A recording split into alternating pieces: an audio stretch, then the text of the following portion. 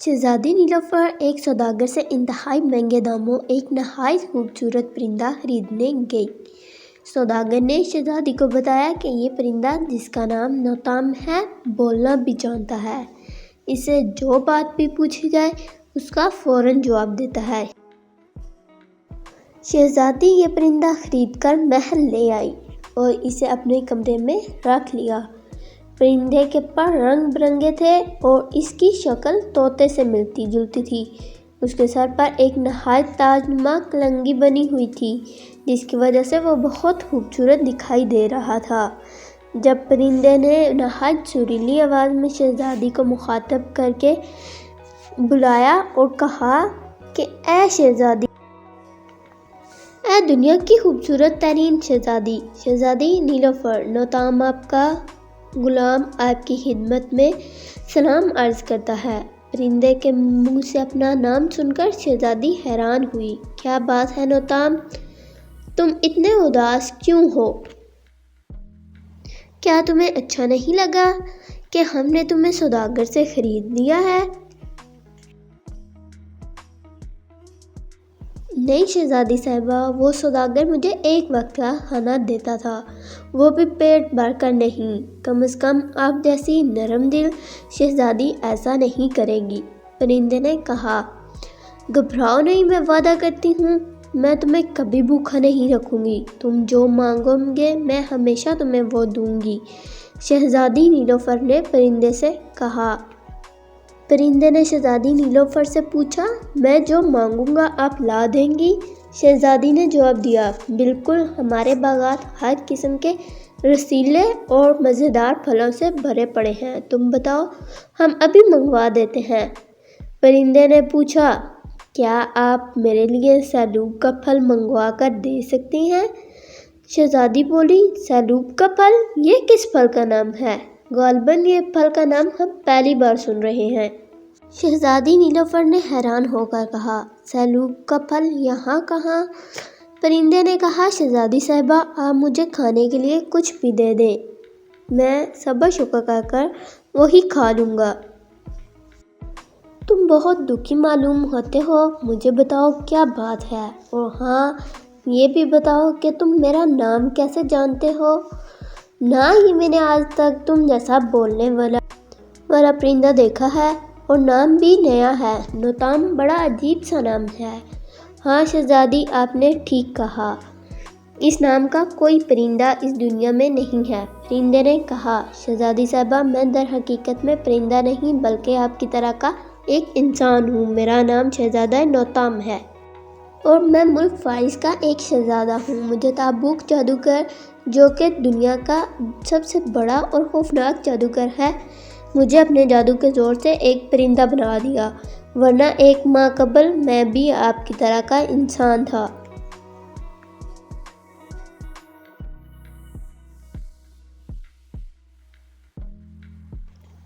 میں ان دنوں اپنے دوستوں کے ساتھ جنگل میں شکار کھیلنے گیا ہوا تھا، وہاں میری نظر ایک نہایت خوبصورت سنہری بلی پر پڑی۔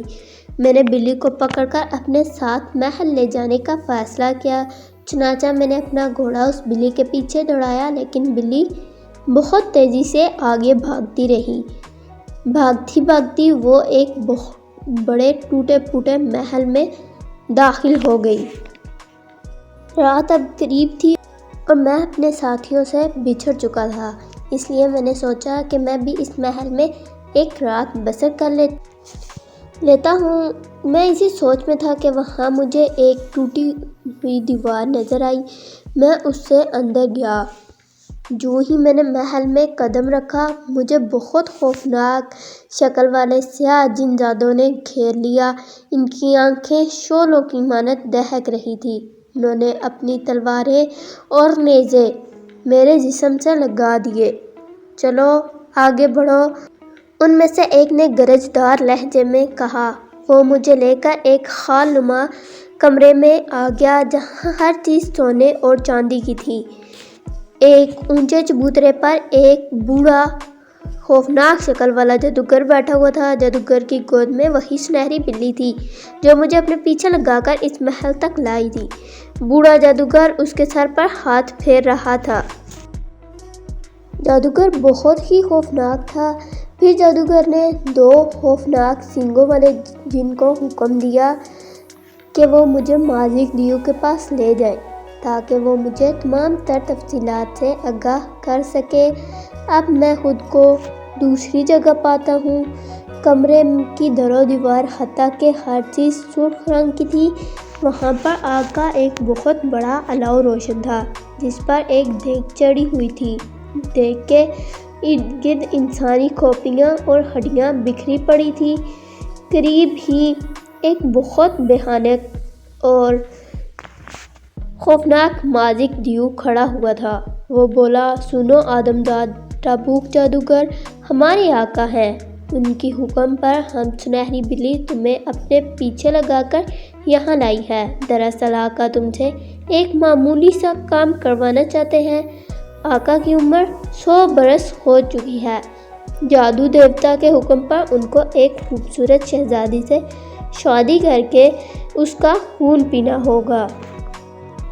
اس طرح وہ ہمیشہ کے لیے امر ہو جائیں گے۔ اس مقصد کے لیے تمہیں شہزادی نیلوفر کو لانا ہوگا، اور اگر تم آقا کا یہ کام نہ کر پائے تو تمہیں اور تمہارے پورے خاندان کو اس دیگ میں ابالا جائے گا۔ یہ کہتے ہوئے اس نے مجھے ایک پنجرے میں قید کر دیا اور پرندہ بنا دیا۔ مجھے معاف کر دیجیے گا شہزادی، میں بے بس ہوں۔ اس سے پہلے شہزادی کچھ بولتی، پرندے نے شہزادی کو چک مارا جس پر شہزادی بے ہوش ہو گئی۔ پرندہ شہزادی کو اڑاتا ہوا آسمان کی طرف اڑتا چلا گیا۔ دوسرے لمحے ٹابوک جادوگر کے سامنے وہی بے ہوش خوبصورت شہزادی آ کر گر پڑی۔ اتنے میں ماجک دیو پھر ادھر نمودار ہوا۔ اس کے ہاتھ میں ایک پنجرا تھا جس میں شہزادہ نوتام تھا۔ وہ بولا، آقا شہزادہ نوتام شہزادی کو لے آیا ہے، بتائیے اب اس کا کیا کروں؟ ٹابوک جادوگر نے کہا، تم ان دونوں کو میرے پاس چھوڑ جاؤ، میں ان کا انتظام خود ہی کر لوں گا۔ تو پھر ماجک دیو مؤدبانہ انداز میں سر ہلا کر وہاں سے غائب ہو گیا۔ پھر ٹابوک جادوگر نے ہاتھ اٹھائے، اس کے ہاتھ میں سے ایک روشنی نکلی جس سے فوراً شہزادی ہوش میں آ گئی۔ وہ حیران ہو گئی تھی اور پوچھنے لگی، تم کون ہو اور یہ کون سی جگہ ہے اور میں یہاں کیسے آئی ہوں؟ اتنے میں شہزادی کی نظر تخت پر بیٹھی بلی اور تخت کے قریب پڑے پنجرے پر پڑی۔ وہ خوبصورت پرندہ تھا۔ پرندے کو دیکھ کر شہزادی کو ساری بات یاد آ گئی۔ یہ تو وہی منحوس پرندہ ہے، نوتام ہے، جس نے مجھے تمہارے چنگل میں پھنسایا ہے۔ میں اس کو نہیں چھوڑوں گی۔ اچانک پنجرا شہزادی سے جادوگر کے ہاتھ میں آ گیا اور بولا، حیران مت ہو شہزادی، یہ ایک طلسمی پنجرا ہے کیونکہ اس وقت یہ میرے جادوئی محل میں ہے۔ اس پر جادو کا عمل نہیں ہوگا بلکہ تم ہی جب اس کو ہاتھ لگاؤ گی تو جل کر راکھ ہو جاؤ گی۔ گھبراؤ نہیں، تم اس پرندے کو ختم کرنا چاہتی ہو نا، تو تمہارا یہ کام میں کر دیتا ہوں۔ ٹابوک جادوگر کے ہاتھ میں پرندہ پھڑپھڑا رہا تھا جیسے وہی خنجر سے پرندے کے پاس لے کر گیا۔ گردن اڑانے ہی والا تھا کہ شہزادی بولی، رک جاؤ، یہ تمہارا نہیں میرا دشمن ہے۔ تم اس کی اصل حالت میں لے آؤ، اس کو خود سزا دینا چاہتی ہوں کیونکہ اس نے مجھے دھوکہ دیا تھا۔ تب پھر ٹابوک جادوگر نے پوچھا، کیا تم واقعی مجھ سے شادی کرنے کے لیے تیار ہو؟ شہزادی بولی، مجھے جب اس پرندے نے تمہاری تعریف کے بارے میں بتایا کہ تم دنیا کے بہت بڑے جادوگر ہو، میں نے تب ہی تم سے شادی کرنے کا فیصلہ کر لیا تھا کیونکہ مجھے جادو سیکھنے کا بے حد شوق تھا۔ بے شک تم بدصورت اور بوڑھے ہو، لیکن مجھے پتہ ہے تم اپنے جادو کے زور سے بآسانی جوان اور خوش شکل ہو جاؤ گے۔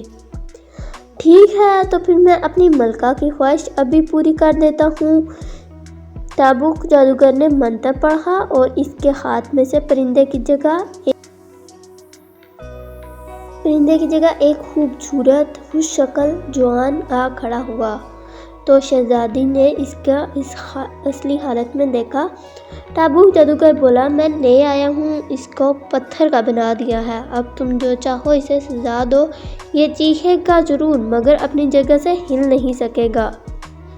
ساتھ ہی ایک خنجر شہزادی کو دیا۔ ٹابوک جادوگر، مجھے اس طرح سے اسے سزا دینے میں مزہ نہیں آئے گا، میں چاہتی ہوں میں اسے تڑپا تڑپا کر ماروں جس طرح اس نے مجھے دھوکہ دیا۔ تم اس پر سے اپنا طلسم ختم کر دو اور مجھے خنجر کی جگہ کوڑا لا دو جس سے میں اس کے جسم کی چمڑی ادھیڑ سکوں۔ ٹابوک جادوگر نے انگلی کے اشارے سے شہزادی کی طرف کیا تو شہزادی کے ہاتھ میں خنجر نہیں بلکہ کوڑا آ گیا، اور پھر اس نے شہزادے کی طرف انگلی کی تو شہزادہ اپنی اصل حالت میں آ گیا۔ پھر ٹابوک جادوگر نے تخت پر بیٹھی سنہری بلی لی اور وہاں سے غائب ہو گیا۔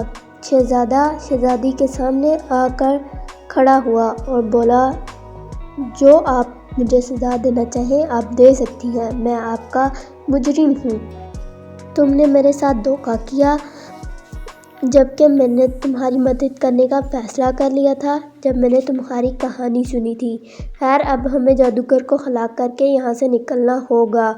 اتنے میں ٹابوک جادوگر نمودار ہوا اور بولا، میں تو غیبی حالت میں یہیں موجود تھا، اب تم دونوں اپنی خیر مناؤ۔ ٹابوک جادوگر نے منتر پڑھا اور جو شہزادہ تھا وہ چھت سے الٹا لٹک گیا۔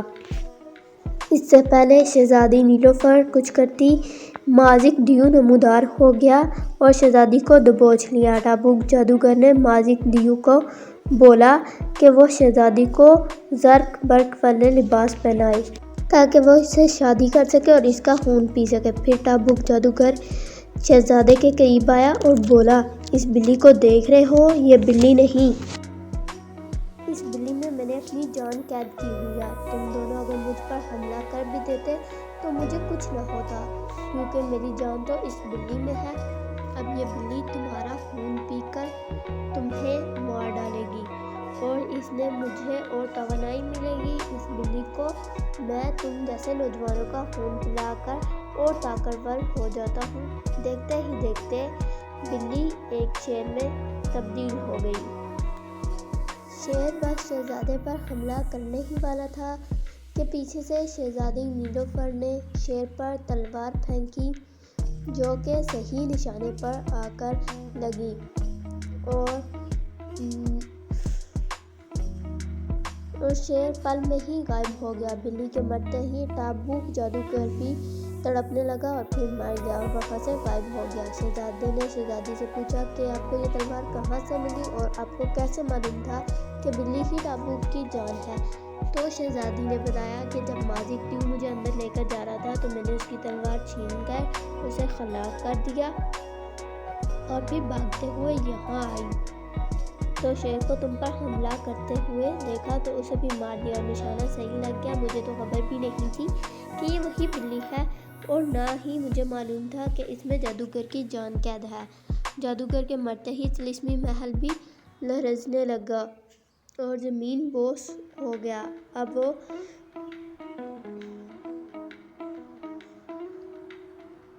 وہ ایک ڈھیر رہ گیا تھا اور شہزادہ اور شہزادی اب کھلے میدان میں آ گئے تھے۔ شہزادہ شہزادی کو لے کر اس کے محل واپس آیا۔ اس نے اپنے والدین کو شہزادی کے بارے میں بتایا اور پھر وہ شادی کا پیغام لے کر شہزادی کے محل میں گئے جس پر شہزادی راضی ہو گئی اور ان دونوں کی شادی ہو گئی اور وہ خوشی خوشی رہنے لگے۔